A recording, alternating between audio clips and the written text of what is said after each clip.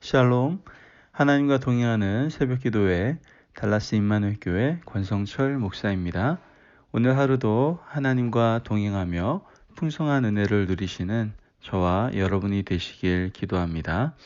오늘 말씀은 마태복음 20장 1절에서 16절까지의 말씀입니다. 천국은 마치 품꾼을 얻어 포도원에 들어 보내려고 이른 아침에 나간 집주인과 같으니 그가 하루 한 데나리온씩 품꾼들과 약속하여 포도원에 들여보내고 또 삼시에 나가보니 장터에 놀고 서 있는 사람들이 또 있는지라. 그들에게 이르되 너희도 포도원에 들어가라. 내가 너희에게 상당하게 주리라 하니 그들이 가고 제6시와 제9시에 또 나가 그와 같이 하고 제11시에도 나가보니 서 있는 사람들이 또 있는지라. 이르되 너희는 어찌하여 종일토록 놀고 여기 서 있느냐. 이르되 우리를 품꾼으로 쓰시는 이가 없음이니이다. 이르되 너희도 포도원에 들어가라 하니라.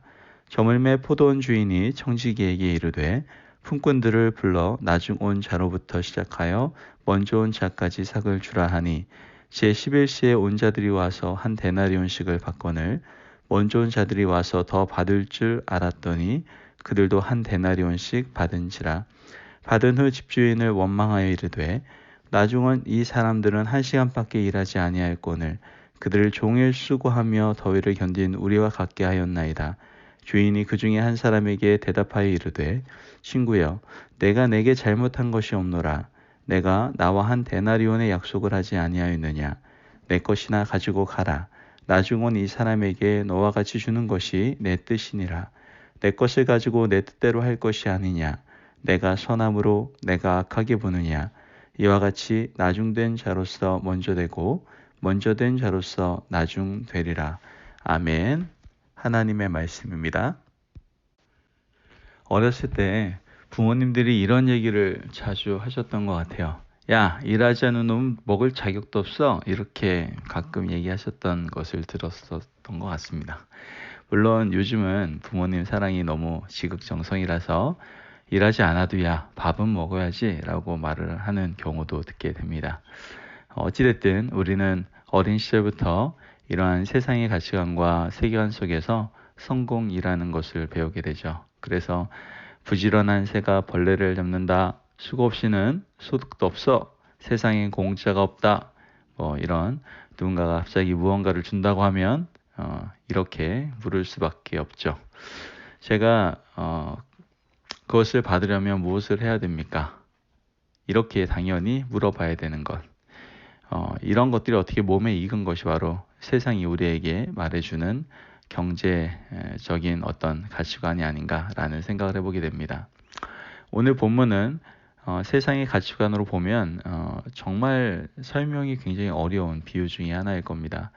그래서 오늘 이 말씀은 세상의 가치관이 아니라 하나님 나라의 은혜의 가치관으로 보아야 해석할 수가 있게 되는 것이죠. 예수님의 비유를 우리가 함께 살펴보면 어떤 포도원 주인이 일을 시키기 위해서 품꾼을 고용하죠. 주인은 맨 처음 포도원에서 일할 사람들과 약속을 합니다. 해 뜰 때부터 해 질 때까지 12시간 온종일 일하고 하루 품삯 한 데나리온을 주겠다라고 얘기하죠. 그런데 이 주인은 일꾼들이 더 필요했는지 가만히 있지 않고 그 후에도 장터에 나가서 사람들을 계속 데리고 오는 것을 보게 되죠. 3시, 또 6시, 9시에 각각 사람들을 모집하는 걸 보게 됩니다. 3시는요, 우리 시간으로 오전 9시예요. 굉장히 적당한 시간이라고 볼 수 있습니다. 그런데 이 주인이 6시와 9시에 장터에 나가서 놀고 있는 사람들 데리고 왔는데 6시라고 하면 12시고 9시면은 오후 3시입니다. 9시면은 난 12시와 오후 3시에 불러다 쓰기에는 조금 손해보는 장사 아닙니까? 그런데 이게 다가 아니죠. 11시에도 사람을 부릅니다. 11시라고 하면 우리 시간으로 오후 5시예요. 이제 일할 시간이 1시간밖에 남지 않았어요. 먼저 온 사람들은 계속해서 일꾼들이 들어오니 난 더 받을 수 있으려는 거다. 주인이 참 좋네. 시간당 계산해서 주려나 보다. 이렇게 생각했을지도 모르겠습니다. 그런데 일이 다 마친 후에 임금이 지불 시작되는데 놀랍게도 늦게 와서 1시간 일한 사람이나 또 일찍 와서 종일 일하는 사람이나 얼마씩 줍니까? 동일하게 한 데나리온씩을 주더라는 것이죠. 그날 이 주인의 포도원에서 일한 사람은 일찍 와서 일한 사람을 제외하고는 완전히 거의 은혜의 도가니탕이었을 것 같아요. 축제 분위기였을 것 같습니다. 그러나 반대로 새벽부터 수고해서 일한 사람들은 주인을 원망하는 것을 당연히 보게 되겠죠. 마태복음 20장 11절에 12절 말씀을 보면 받은 후 집 주인을 원망하여 이르되 나중 온 이 사람들은 1시간밖에 일하지 아니하였거늘 그들을 종일 수고하여 더위를 견딘 우리와 같게 하였나이다. 이렇게 얘기한 걸 보게 됩니다. 저는 이 종들의 마음 정말 당연히 이해됩니다. 하지만 주인은 내 것을 가지고 내가 주는데 너가 무슨 상관이냐라는 그러한 식으로 잘못이 없다라고 말을 하시죠. 그건 그렇죠. 그런데 세상의 가치관을 가진 또 비은혜의 가치관을 가진 사고로는 이건 도저히 납득이 가지 않습니다. 일한 만큼 받아야 되는 게 맞거든요. 여러분 세상 사람들은 또 은혜를 경험했던 사람들 다들 마찬가지입니다. 저도 이거에 대해서 고민했던 부분들 중에 하나인데 하나님을 경험한다라는 것, 하나님을 만난다라는 것 우리가 열심히 해서 우리가 원하는 때에 받는다면 얼마나 좋겠어요. 그런데 그렇지 않더라는 것이죠. 때로는 이 사람들은 이제는 하나님을 만나야 될 것 같은데 경험해야 될 것 같은데 라고 하는데도 불구하고 은혜를 잘 받지 못하는 분들이 있어요. 나름 교회 생활도 열심히 하고 은혜를 많이 바라는 그런 분들이 있는데 중요한 것은 그분들은 이상하게도 하나님의 은혜를 받지 못하고 속상해하고 안타까워하는 그런 모습을 종종 보게 됩니다. 어떻게 보면 세상의 논리를 보면은 아니 그렇게 열심히 신앙생활도 하고 섬기고 봉사하고 헌신하는데 은혜가 더 임해야 되는 건 아닙니까? 그런데 반대로 어떤 사람은 수련회나 기도원이나 이런 데 가가지고 기도해가지고 갑자기 성령의 불을 받고 와요. 은혜를 너무나 크게 받고 와요. 너무나 불공평하잖아요. 그죠? 어려서부터 정말 또 간절함으로 교회에서 헌신하는 사람은 도대체 뭐가 됩니까? 그러다 보니까 이렇게 노력하고 열심을 냈던 사람들이 은혜를 그러한 갑자기 받은 사람에 비해서 받지 못하게 될 때에는 하나님에 대한 거부감도 생기고 또 마음에 원망과 하나님에 대한 원망과 불평도 또한 불만도 생기는 것을 보게 되죠. 어떻게 보면 하나님의 은혜에 대한 삐딱한 마음 그리고 그러한 사람들은 이제 마음이 점점 굳어져 가고 딱딱해져서 은혜의 불감증을 또 일으키는 것을 보게 되죠. 마음이 점점 차가워지죠. 또 열정이 식고 사랑도 식고 자신도 모르게 하나님에 대한 거절감도 생기고 불신과 분노의 마음 같은 것들이 생기는 것을 보게 됩니다. 그러나 하나님께서는 이사야서 55장 7절에서 9절 말씀에 이렇게 말씀을 하시죠. 악인은 그의 길을 불의한 자는 그의 생각을 버리고 여호와께로 돌아오라. 그리하면 내가 긍휼히 여기시리라. 우리 하나님께로 돌아오라. 그가 너그럽게 용서하시리라. 이는 내 생각이 너희의 생각과 다르며 내 길은 너희 길과 다름이니라. 여호와의 말씀이니라. 이는 하늘이 땅보다 높음같이 내 길은 너희의 길보다 높으며 내 생각은 너희의 생각보다 높음이니라. 이것이 은혜 안에 있는 하나님 아버지의 마음이에요. 사망이 음침한 골짜기를 가고 있는 많은 아들, 딸들이 돌아오기를 바라는 그 마음, 그 은혜를 베푸시는 마음이 우리 아버지 하나님의 마음이다라는 것이죠. 오늘 이 포도원의 비유는 구원의 측면에서 바라볼 수 있어야 되는 거예요. 구원은 선물입니다. 그냥 주시는 거예요. 하나님의 것을 하나님의 뜻대로 주시는 거죠. 성령의 은사도 마찬가지예요. 하나님의 뜻대로 주시는 거죠. 이는 내 아들 죽었다가 다시 살아났으며 내가 잃었다가 다시 얻었노라 라고 말했던 기쁘게 이렇게 말했던 탕자의 아버지의 모습이고요. 또 차별 없이 똑같이 주는 포도원 주인의 마음이 우리에게 동일한 구원을 주시려는 하나님의 은혜의 마음임을 우리는 알 수 있어야 됩니다. 천국의 가치는 은혜의 가치예요. 세상의 가치관이 아닙니다. 조금만 귀를 기울여 보면 은혜의 속삭임이 함성처럼 파고듭니다. 천국의 가치 안에서 형벌받아야 마땅한 내가 용서를 받았죠. 진노를 받아야 마땅한 내가 사랑을 받았어요. 빚을 지고 신용불량자가 되어야 마땅한 내가 신용양호로 평가를 받은 거예요.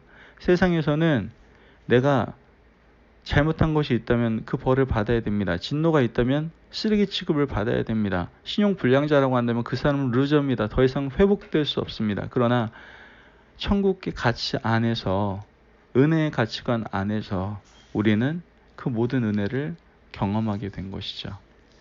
이른 아침에 포도원에서 일한 사람들도 처음에는 기뻤을 거 아니에요? 왜냐하면 일거리가 생겼으니까. 한 데나리온도 적은 돈이 아니거든요. 그런데 뒤늦게 온 자들이 더 큰 은혜를 받는 것을 보며 점점 마음이 불평불만이 생긴 것이죠. 어려운 상황에서의 구원의 감사를 잊고 더 큰 복을 간구하며 채워지지 않을 때 마음이 하나님으로부터 점점 멀어지는 것, 눈앞에 보이는 복에 따라서 좌지우지 되는 거, 이거 여러분 건강한 신앙이 아니에요. 이걸 기복신앙이라고 얘기하는 거예요. 그런데 우리는 그러한 신앙 가운데 빠질 때가 많습니다. 이럴 때 하나님의 음성을 듣기 원합니다. 내 은혜가 이미 족하다. 그 은혜를 누리며 살아가라. 여러분, 하나님께서 이미 우리에게 주신 은혜가 너무나 커요. 그 구원의 은혜가 너무나 크단 말이에요. 그 구원의 은혜를 우리가 누리며 살아가야 됩니다. 그 은혜를 누리며 살아가라고 하는 것이 바로 포도원 품꾼의 놀라운 비밀이요, 또한 우리에게 주시는 교훈이고 또한 비유의 해석입니다. 그 은혜를 잊지 말라는 거예요. 그 은혜를 잊어버리게 되면 지금 포도원 일찍 일하러 온 그 품꾼들처럼 불평과 불만만 가득한 인생을 살아가고 하나님에 대해서 점점 마음이 딱딱해지고 하나님을 잊고 살아가는 사람들이 될 수 있기 때문에 우리로 하여금 그 은혜를 누리며 그 초심을 지키며 살아가라고 우리에게 포도원 품꾼의 비유를 허락하시는 겁니다. 여러분 구원 받았습니까? 그 놀라운 은혜를 받았습니까? 여러분 그 은혜 가운데서 누리며 살아갑니까? 그 초심을 지키며 살아갑니까? 하나님이 이 말씀을 통해서 우리에게 간절히 말씀하시는 거예요. 너가 구원받았던 그 놀라운 은혜에 대한 초심을 잊지 말라고 우리에게 말씀하시는 거예요. 더 많은 눈에 보이는 저 사람 더 은혜 받았는데 저 사람 더 뜨겁네, 그런 거 보지 말고 네 안에 있는 놀라운 하나님의 은혜, 그 구원의 은혜, 그 초심을 붙들고 오늘도 승리하며 그 은혜를 누리며 만끽하며 감사하며 살아가라고 우리에게 말씀을 하고 있는 거예요. 여러분, 우린 그 은혜를 누리며 살아가기를 원합니다. 우리가 이러한 은혜를 누리며 살아갈 때 은혜의 불감증에서도 벗어나고 또한 기복신앙에서도 벗어날 수 있습니다. 첫사랑을 회복하게 되고 그때 누린 감격을 늘 회복하며 또 구원 그 자체에 감사함으로 살아가게 될 수 있습니다. 그때 우리는 천국이 임하는 삶을 살아가게 되는 것이죠. 여러분, 하나님의 은혜 아래에서 천국의 삶을 누리며 살아갈 수 있는 저와 여러분이 되시길 주님의 이름으로 축원합니다. 오늘 포도원 품꾼의 비유, 물론 여러 가지 해석과 여러 가지 교훈들이 있지만 가장 중요한 비유를 잊지 마십시오. 너의 초심을 잊지 마라. 너의 초심을 붙들고 누리며 살아가라.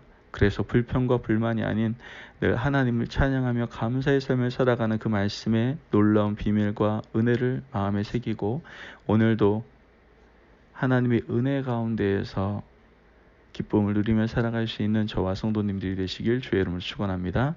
아멘. 기도하겠습니다. 하나님 감사합니다. 주의 은혜 가운데 오늘도 우리에게 귀한 말씀 부어주시니 감사합니다. 하나님, 자꾸만 세상의 가치관이 우리로 인하여 혼돈케 하고 혼란케 하여 내가 받은 구원의 은혜를 잊게 만듭니다. 그 초심을 잃게 만듭니다. 눈에 보이는 것에 현혹되게 합니다. 하나님, 다시 구원의 그 놀라운 은혜를 내 마음에서 회복하게 하시고 그 초심을 붙들고 하나님을 찬양하고 감사하며 영광 돌리는 삶을 살아가는 저희들 되게 하여 주옵소서. 그럼 말미암아 우리가 살아가는 모든 삶의 터전이 천국 되게 하여 주옵소서. 감사하며 예수님의 이름으로 기도합니다. 아멘. 오늘도 하나님과 동행하며 풍성한 삶을 누리시는 저와 성도님들 되시기를 주의 이름으로 축원합니다. 오늘도 힘내시고 파이팅 하십시오. 승리하십시오.